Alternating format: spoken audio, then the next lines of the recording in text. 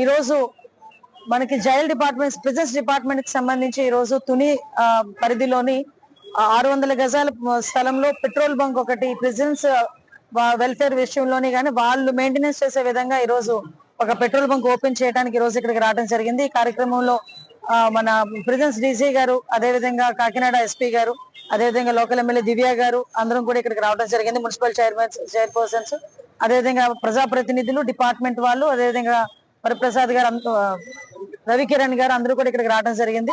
అందరికీ కూడా పేరు పేరైన ధన్యవాదాలు తెలియజేసుకుంటున్నా.